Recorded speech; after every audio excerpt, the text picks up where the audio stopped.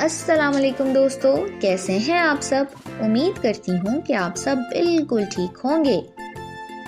तो दोस्तों, आज हम हर्फ डाल से मिलेंगे।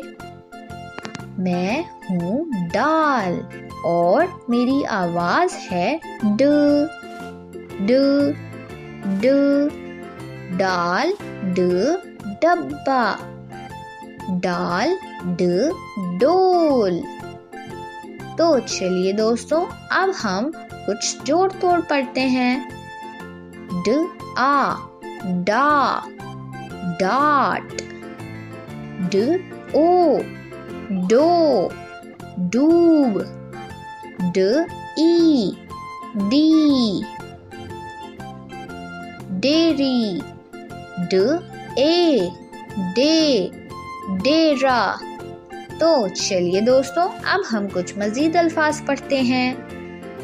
डूब डूब, डोर डोर, डाट डाट, डब्बी डब्बी, डब्बा डब्बा, ताज दो डाट दे दो। उम्मीद है दोस्तों, आपको डाल से मिलके बहुत खुशी हुई होगी। अपना बहुत सा ख्याल रखिएगा। तब तक के लिए खुदा हाफिज।